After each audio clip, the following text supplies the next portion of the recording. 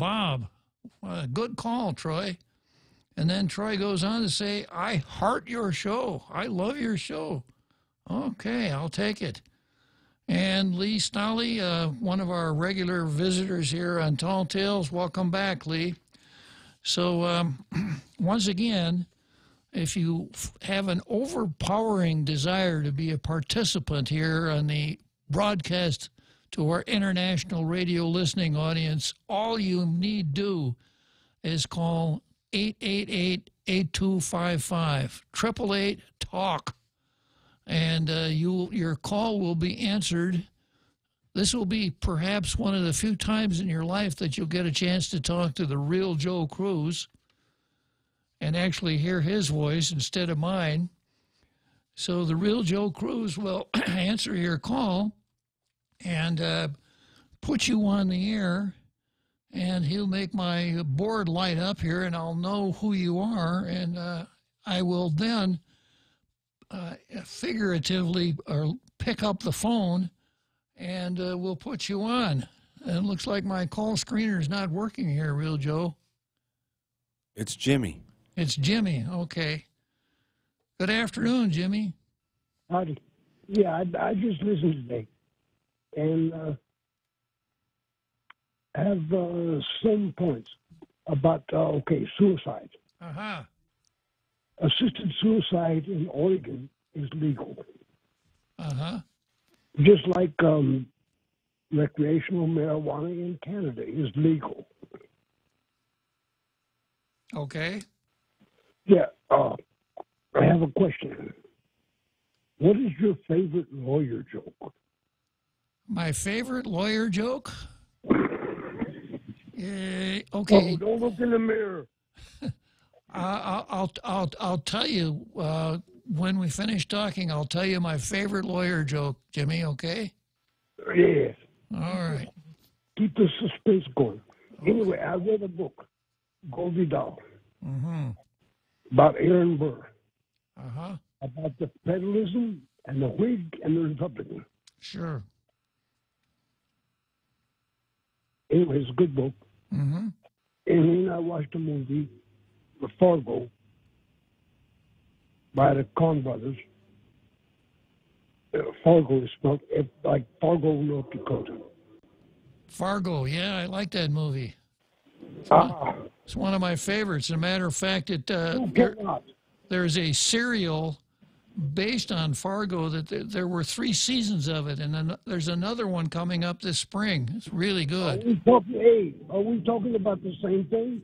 I'm talking about Fargo. I don't know what you're talking about. I'm talking about the movie Fargo. Yeah, me too. 2016. Yeah. What's the sequel? What'd you say, Jimmy? What's the sequel? It's not a sequel. It's a spin-off with a TV show roughly based on the Fargo theme, and it has run for 3 seasons. And the next genre comes up this spring. It's really good. Okay, I'll try and find out. Anyway, Pogo I like. My father liked. We used to live in Tennessee. Pogo. You know Pogo Possum? Do I know what? Pogo Possum. Oh, Pogo. Yeah, sure. Yeah, I grew up with Pogo. Me too. Anyway, another one. Can I quote you? May I quote you? If you want to sound really intelligent, Jimmy, you can quote me. Yeah, go ahead. I'm dumb as a fucking brick. Well, that'll make you sound intelligent. Anyway, children socialized by people. And then Hillary said, it takes a village. So where's the balance? Yeah, but what Hillary meant... Socialized by people. Well, that's true. But you know what Hillary meant, Jimmy? She didn't mean the same thing that I mean. What Hillary meant was it takes a village. And Hillary's idea would be that the kids must go to nursery school number 140, the state nursery school number 142. Yes. And not... In Leningrad. Yes. Anyway, next one. Sorry. I just have a few minutes. And in the sex, you know, when you have to put the sex on your application. Yeah. And they give you an M or an F. I just write yes. Okay. You're in favor of it, right, Jimmy? Sex, yes, of course. Who isn't? Okay. Well, Jimmy, I want to thank you for sharing these bits of wisdom. And now, with your permission, I'll end the call and I'll tell you my favorite lawyer joke. Okay? If you. Okay, because I know you're. I don't want your favorite. I want your best. My best. Okay, it's my best. I know you. I know this is costing you money with your pay-as-you-go phone. So thanks for calling, Jimmy. So here it is. This one goes back a ways, back in the time when Arab terrorists were hijacking airplanes and taking hostages and causing the airplanes to fly to different places. Well, this was quite a while ago, but the American Bar Association convention was being held in London. And a group of American lawyers chartered a 747 to take them to the American Bar Association convention in London. And halfway there, some Arab terrorists who had somehow hidden on the plane came forward, hijacked the plane, flew it to an undisclosed location in North Africa, got on the radio and made a list of demands, and the people that they wanted freed, the punishment that they wanted to inflict on Israel, etc. And then they got round down to it, and they said, if you don't meet our demands within the next 1 hour, every 5 minutes we're going to release a lawyer.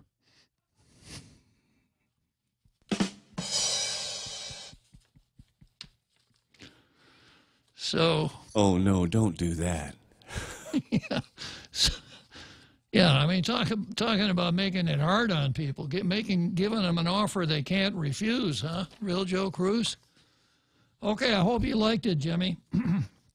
So from there, the next item on the list here is the law lecture. So I know everyone on our international radio listening audience has his Law and Order notebook handy, but what we started yesterday, we started talking about the laws of various states. We spend a lot of time talking about the laws of Guam and maybe the laws of the United States, maybe the Constitution, but I made known to you yesterday that, for example, in Alabama, it's illegal to wear a fake mustache that causes laughter in church. And in Alaska, it's illegal to feed alcoholic beverages to a moose. Yeah. So, and today we're going to talk about Arizona and Arkansas. Arizona, in Tucson, it is illegal for a woman, in Tucson, it is illegal for women to wear pants. In Globe, Arizona, it is illegal to play cards in the street with a Native American. Now, I don't know if that's racist or protectionist or what, but that's the law in... John. Yeah, you got another one on one, too, Real Joe Cruz. Okay, hello, John. Are you there, John? Yes, I'm here. Yeah, go for it. Okay, and a question is with some of the violent offenders, when they're apprehended, I had heard a story years ago from a colleague that had been in the Coast Guard, but for a violent offender, they would give a diminished rations, say bread and water for 3 days, to try to get the individual to come down off of their anger. And do you think a application like that could work here and be publicized to try to help deter people from doing violent offenses? If they knew they were going to go to jail and would have 3 to 6 days of bread and water or diminished rations, do you think that would have any effect? And I'm going to hang up and listen to you on the air. Yeah, okay. Well, thank you. I do remember that military justice, at least at sea, allows for diminished rations. I suppose you could say bread and water as part of the punishment for a military offense. I don't know if you can do it on land, but and I'm just relying on my sometimes unreliable memory here. But no, I don't think it would have a deterrent effect on people here and dissuade them from committing violent crimes. Unfortunately, the way things work, that would be the kind of thing that would not be. It wouldn't have very much pizzazz. It wouldn't make a good TV program. It wouldn't be the kind of thing that would be widely known. And for people who commit crimes, let me go off on another direction here too. There was a judge in Minnesota named, I think his name was Dennis Shaheen, who wrote a really good book on corrections that I've stumbled across back when I was at the Department of Corrections before they let me out. And Shaheen said that most criminals, other than the white collar types, etc., but most criminals are either slicks or slobs. And the definition of a slob is someone who goes out drinking with his friends and runs out of beer at midnight, so he throws a concrete block through the window of a liquor store to get another case of beer. Carl. Okay. A slick, on the other hand, is someone who's usually pretty narcissistic who figures that no matter what, he could always outwit the authorities. And, of course, these are the more dangerous kind. But I suspect that it's probably the first category that commit most of these offenses. They're unthinking, reactionary, oftentimes alcohol-induced, and not the product of any kind of a rational thought process.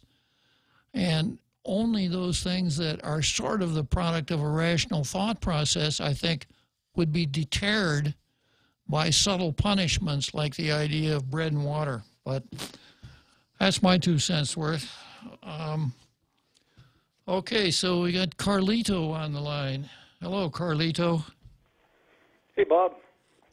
Good afternoon. Sir. I've got a question for you. We're about to head into the new legislature, and I was wondering, the nature of these legislative bodies, of course, is to legislate, just crank out more and more and more and more laws, regardless of if they're needed. I've got a suspicion that probably a fourth to a third, maybe as many as a half of the laws we have on the books could completely disappear tonight, and they would never be noticed that they were gone. Maybe you can clarify that. But do you have a personal rule of thumb as to if a law is even necessary? My rule of thumb, Carl, I suppose if I had one, it would be that I wouldn't beat my wife with a switch any larger than my thumb. Oh, yeah. And then, the old, the classic example of begging the question is, are you still beating your wife? But I don't beat my wife, Carl, so I don't really have a rule. I have no necessity for a rule of thumb. So what you're asking what my proclivity for legislation is again? Yeah, because like I said, the nature of legislative bodies is to crank laws out. I mean, the process just takes on a life of its own, and people tend to judge success on, well, I sponsored 50 bills. Maybe only 5 of them or 8 of them were really valuable, had any value, but a lot of them are just, just motion, just cranking stuff out. And I'm wondering, at what point do we, is there a way we can actually become more selective in the laws we put into place? I don't know if that's even possible, but you remember I called up once and I asked about the possibility of putting a rule in place that for every law that's passed, we have to rescind a law or two. And you mentioned there was a body that used to do this, which I think is a fantastic. Yeah, we used to have a law revision. We used to have a law revision commission, and if I were off the top of my head to tell you which laws we really don't need, I don't know that I could do it. The only thing that comes to my mind, and I've rethought this, Carl, we have a law in our books that deals, in fact, I'll bring it in here and add it to my list one of these days. We have a law that deals with dueling, and it sets forth the civil law of dueling. And one of the provisions of the law of dueling is that if a man kills another man in a duel, then he is responsible for the support of the wife of that man for the rest of her life. And that's part of our law. Huh. Now, I was thinking, maybe we ought to repeal that. Maybe that's a law that we don't need anymore. It probably goes, much of what we have came from California, and it maybe goes back to California way back in the 1800s. But then the more I think about it, with this unlimited, what do they call it nowadays? This combat, unlimited. It's boxing and kicking and the whole. Mixed martial arts. Mixed martial arts. These kinds of fights. Someone could get killed in one of those, and then maybe that law would have some efficacy. But I don't think there's any way. I wouldn't be in favor of any way to limit the laws that a senator can introduce, although I think some states do. I think rather than being selective about the laws, maybe we ought to be more selective about the lawmakers and choose people who talk in terms of the legislation they're going to introduce if they're elected, instead of trying to assure us that if they're elected, they'll help the people. I haven't yet heard anybody run for legislature who said, if you elect me, I'm not going to do anything at all to help the people. I wonder why that is. I don't know if that answers your question, Carl. Yeah, it does. I just wanted your feedback. You're a lawyer and you've been a senator, and I just wanted to know, is there something I'm just wondering, is there a way to constrain the legislature just a little bit more? But, maybe there's not. I don't know. Yeah, and maybe, like you said, it's just a matter of electing the best lawmakers we can, and that's about all we can do. I think I introduced 20 or 25. That was all. Well, anyhow, thanks for calling, Carl. We're coming up here on the 7th inning stretch, and real Joe Cruz, the thespian.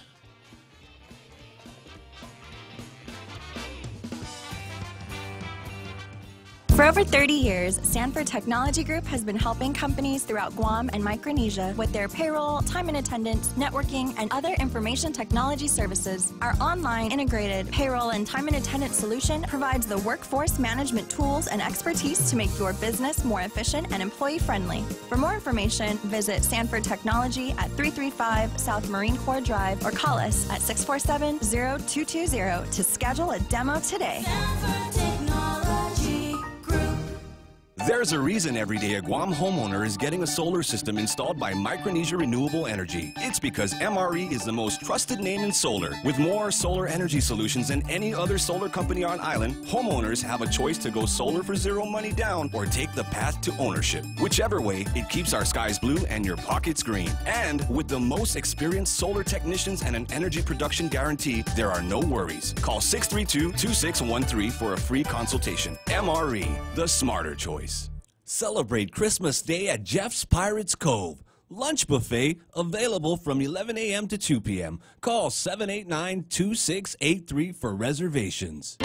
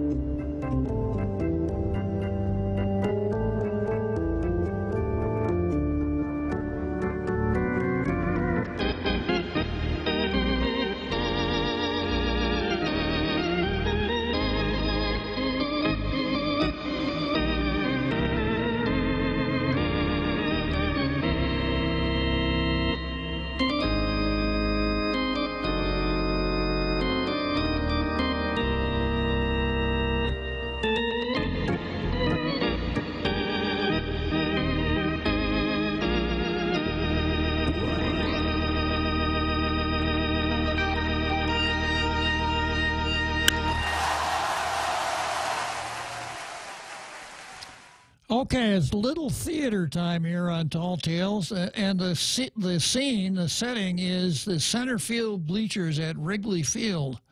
The character involved is Yogi Berra, played by the real Joe Cruz, who is attempting to broaden his skills. He's already an ace DJ and is able to handle the control room at Tall Tales, and he's always striving for something more. So I will ask Real Joe a question. I will ask Yogi a question, and he'll give me a Yogi-type answer that we picked up from USA Today. So, Yogi, I notice you're all dressed up like you're going to church or something. Where are you going? I always go to other people's funerals. Otherwise, they won't come to mine. Good call, Yogi. Okay, Yogi Berra, the poet laureate of baseball. So we go from there to the law lecture, which I started at the time that Jimmy called. Jimmy prompted me to tell my best lawyer joke. I hope you liked it.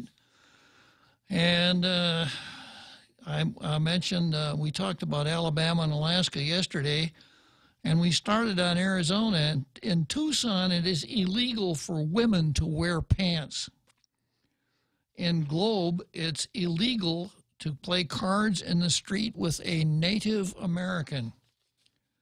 In Glendale, Arizona, it is illegal to drive a car in reverse. Must make parking a little difficult. Yeah, I was just listening to the radio today, that old Dionne Warwick song, Do You Know the Way to San Jose? And talking about pumping gas and parking cars. Well, parking cars in Glendale, Arizona would be manual labor. If people can't drive a car in reverse, there would have to be car parkers pushing them into parking places, apparently. But it's illegal to drive a car in reverse. Kind of reminds me of the state motto of the state of Wisconsin. Do you know what that is, Real Joe Cruz? I know you don't. No, sir, I don't. But the state motto of the state of Wisconsin is forward. Really? Yeah. So I suppose folks from Glendale, Arizona would feel right at home in Wisconsin.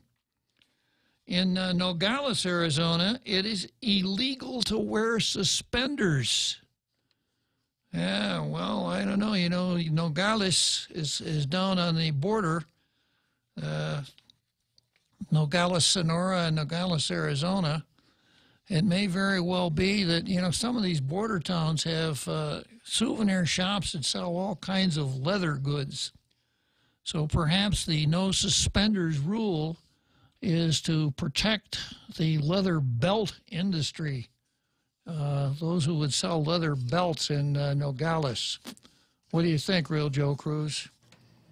I'm not sure, sir. Yeah.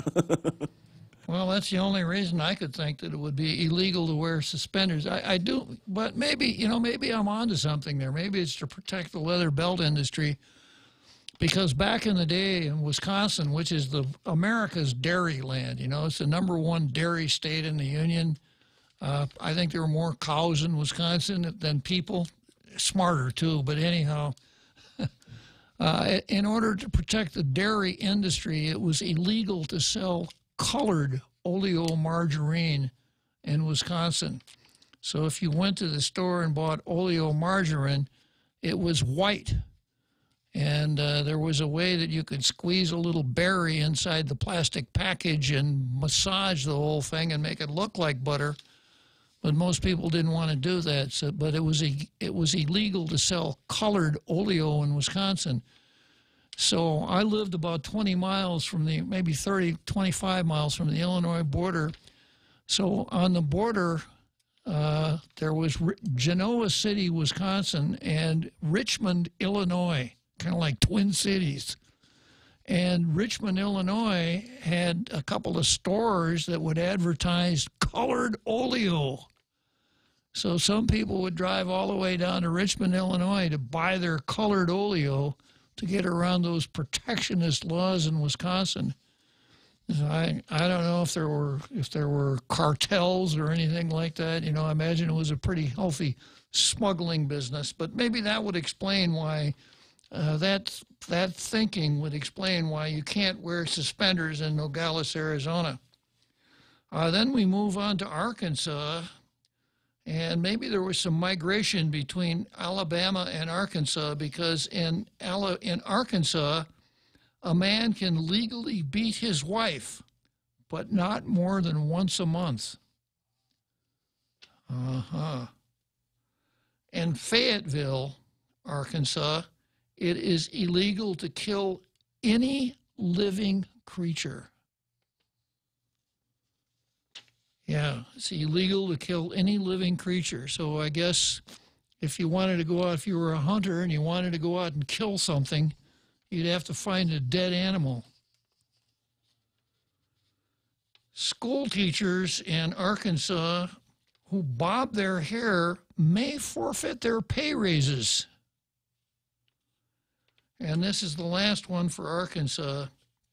Flirtation between men and women on the streets of Little Rock may result in a 30-day jail term. And Arkansas is way ahead on this whole Me Too business, right? Yeah, I bet you won't be able to find, you wouldn't be able to buy, back in the day, you couldn't buy the record for Baby Is Cold Outside. Not in Little Rock, Arkansas. Absolutely not. So that's the law lecture for today. We'll come back tomorrow. We got California, and no surprise here, California's got some pretty crazy stuff. Okay, the first item on the card, let's see what I've got on the card here. I've got 34th Guam Legislature versus the people of Guam. The United States National Government versus Igadzuhu. CLTC versus racism. And the Dinga versus SSI. And I've got some more, but I probably won't make a dent in those. So starting out with the 34th Guam Legislature versus the people, two bills that I think require a certain amount of attention. One being Tom Atta's bill for off-premises signs, and the other one being, it could be a separate item on the card. It could be Fernando Esteves versus Schrodinger's cat. That's the other bill that I think we need to watch. So I talked quite a bit about Tom Atta's off. And by the way, you know, a premise is a premise is a statement upon which other statements are grounded. So as an example, my basic premise is that Tall Tales is the best FM radio talk show on the air in the Western Pacific. That's my premise, okay? Now, there's a word that sounds a little bit like it, but it's got an ES on the end, and that word is premises, okay? So premises is a place, perhaps a building. So in the liquor business, for instance, some liquor licenses allow consumption of alcoholic beverages on premises, where others are limited to only off-premises sales. A huge difference between a premise and a premises. So my premise is that on this premises, I'm going to do most of the talking. But I heard Tom on Ray's show this morning talking about off-premise signs. Well, I'm going to take him at his word, because the premise upon which his sign legislation is based is wrong. And he's talking about it's time we modernized our sign laws. You know, it's time that we recognize digital signs. And actually, off-premises signs were illegal up until the time that the Land Use Commission gave variances to a couple of folks to build off-premises signs. The premise of the Land Use Commission was that they could grant variances. The Attorney General said their premise was completely wrong because off-premises signs are not subject to the zoning variance mechanism. So how did we deal with that? Well, instead of dealing with something that was illegal, Tom Atta and Michael St. Nicholas have grabbed it and tried to turn it into the norm. Land management's kind of like the left, you know what Rush always says about the left. The left screws up everything it touches. Well, land management's pretty much the same way. The Land Use Commission and the Chamorro Land Trust Commission. So I have a news story that covers this, which I'll read in a second. But right now, what Tom Atta is trying to do is legalize off-premises signs everywhere in the island. And he set it up in such a manner that it is anti-competitive, amongst other things. So Chris Barnett had a really good report on KUAM last night. And let me just read that.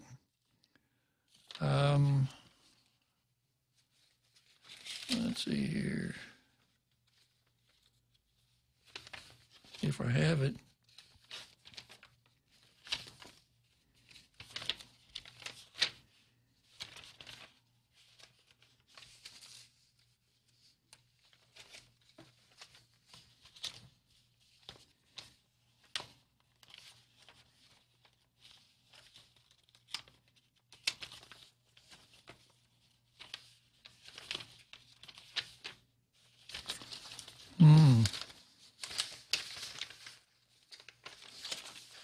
I didn't bring it along. I will summarize.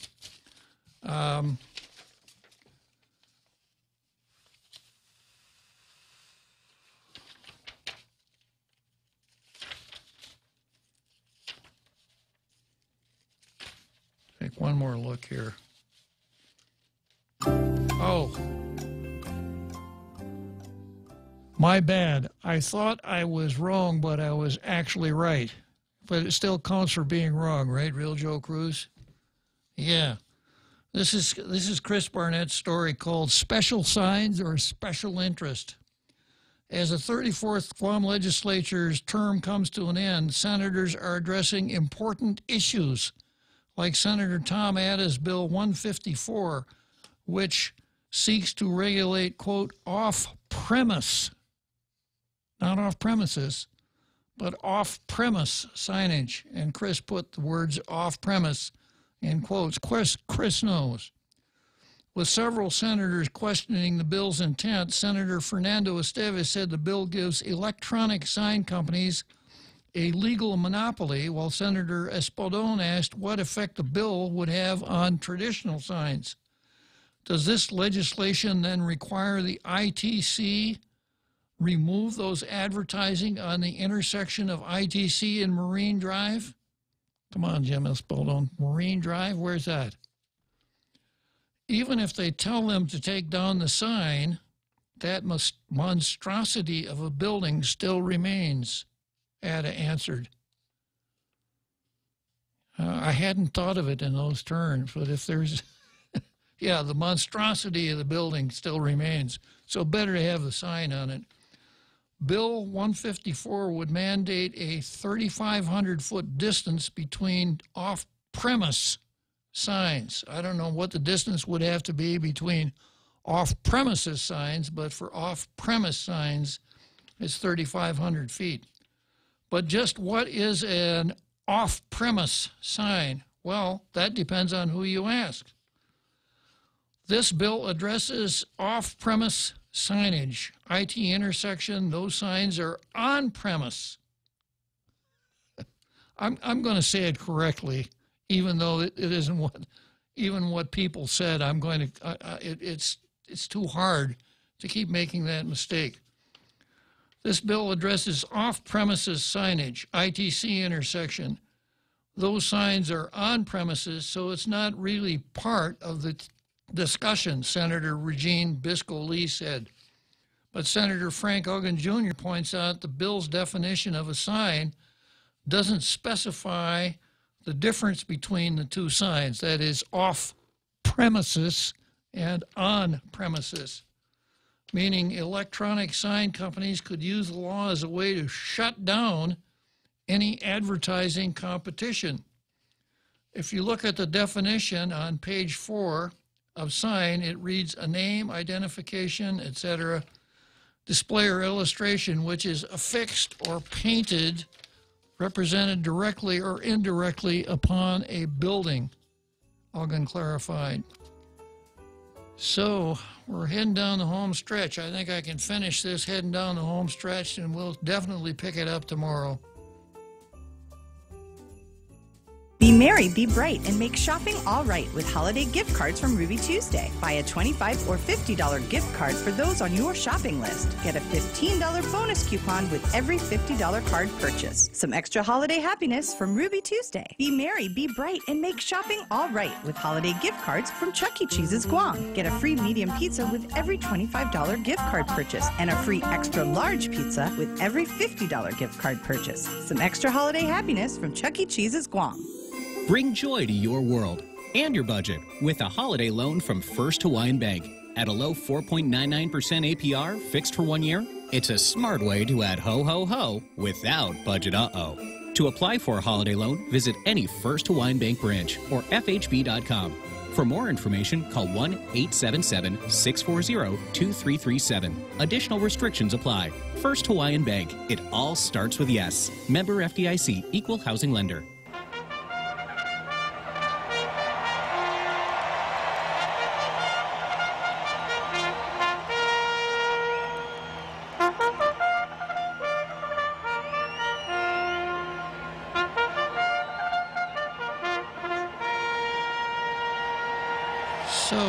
Here we are heading down the home stretch. I've got about 10 minutes. I think I can finish this up in the last 10 minutes. Oh, we got Jack on the line, sir. Okay. Jack, do you want to talk about signs? Sure, yes. Okay, go ahead. Yeah, we discussed this a couple of years ago, when it came to variances about these signs. But the way I understood it is the way I think you understand it also about signage, about being on-premises signs and off-premises signs.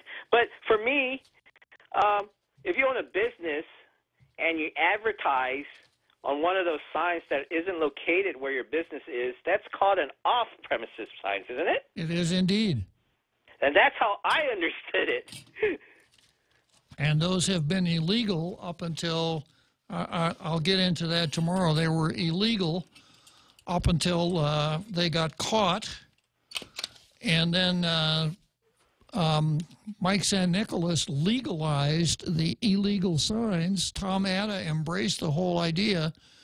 And now they are creating something that we never had before. We never had legal off-premise or off-premises, neither one before. And now Tom Atta is taking us in that direction, and I think it's a horrible idea. It has a honky-tonk aspect. Look, drive through the ITC intersection and see that digital sign there, and imagine what our highways would look like if they're lined with those things every 3,500 feet. It's not a good idea.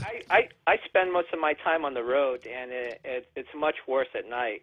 And they have a sign up on top of, is it Challenge Santo Papa? Or Pale San Victoris, the one where Ocean View is. Uh-huh. They have that sign there. And I think that guy at that sign is the hardest working dude there, because I've seen him for the past couple of months there working on that sign. And he hasn't progressed. So maybe he's... I don't know, maybe he's a legislative staff. I'm just kidding. But anyway, that kind of sign doesn't bother me because it's not moving, there's nothing blinking, and I don't mind those kinds of signs. But the ones with the lights on them and the glare, and then, they flash, and especially at an intersection and things like that, sometimes it throws me for a loop. I've been a long-time driver here, and I get used to it, but still, it's that it affects the peripheral vision in such a way that, it takes away from your driving. It's almost like what do you call that when you're driving not under the influence, but I forgot what it's called when you're not paying attention. Distraction. Yeah, distracted driving, or when you're turning the knob on your radio or something, and you spill coffee or something. I forgot what it was called, but anyways, it just takes away from the driving, and I think there is a problem with the word variance, because for me to understand what I know, there's a difference in zoning variances and what they mean by sign variance and variance when it comes to the laws and things like that, but when they apply the word variance, the way I understand it is we're giving you leeway till you can correct the problem. Well, here's what it was about, Jack. There is a provision in the zoning law.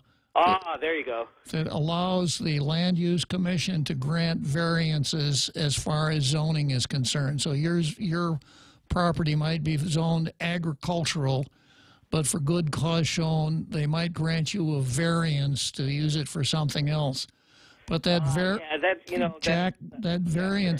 variance mechanism did not apply to the law that regulated signage. It was just wrong. It was a classic case of pounding a square peg in a round hole. And that's what I was understanding the same way, is that we're talking about two different things here. We're talking about property zoning and things like that, and then you're talking about signage, which has nothing to do with the other. Mm-hmm.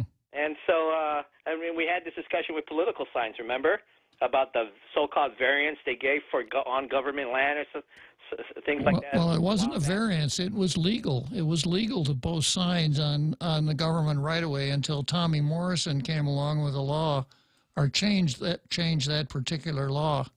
Yeah. So, anyways, real quick, I got shot an email about the Guam Code Annotated. Yeah. Remember when we discussed about homesteading? Yeah. Yeah, they sent me, and I said, well, geez.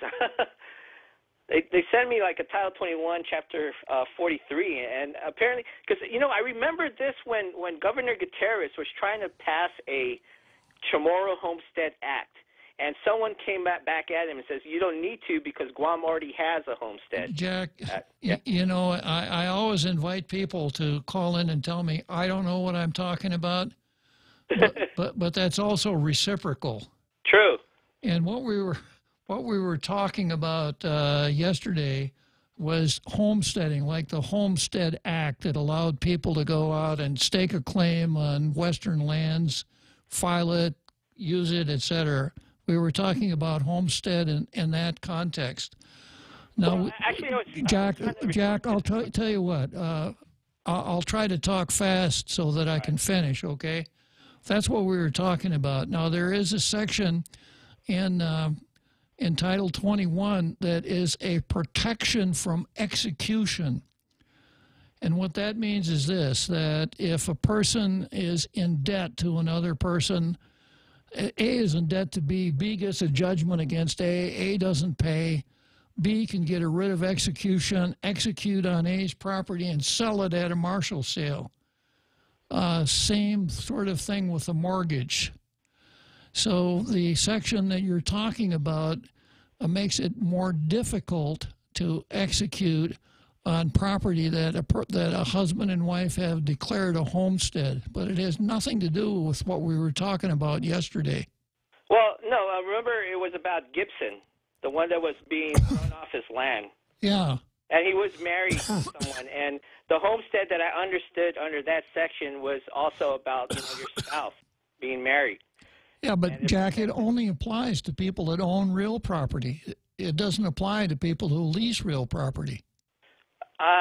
The homestead said leasing also.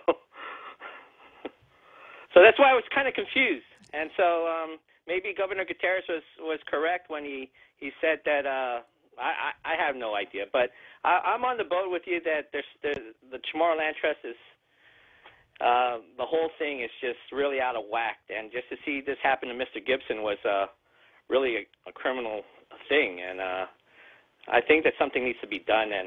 And when I referred to homesteading, that's what I was. We discussed it, and we went about the origins of homesteading, but how it differs now, and that's what I was kind of alluding to, was the protection from, like, you have your homestead. This is your home. You can't really foreclose on it if it's worth that much. If it's your last, it protects you from certain buildings or certain creditors. It protects you from execution, but it's not. Yeah. It's not much protection. Yeah, I thought maybe that Mr. Gibson could be protected that way. No. Being thrown off his land. No. See, so, so I'm just trying to brainstorm here, trying to help out Mr. Gibson as much as he can. I think, that's pretty sad about what happened to him. I'm gonna pick that up again tomorrow, Jack. So all right. You want to call in then, or you want to listen then? Thanks for calling, Jack. Yeah, I'm on the road, and the best way is when I get home. That's okay. Have a good day. Thank you.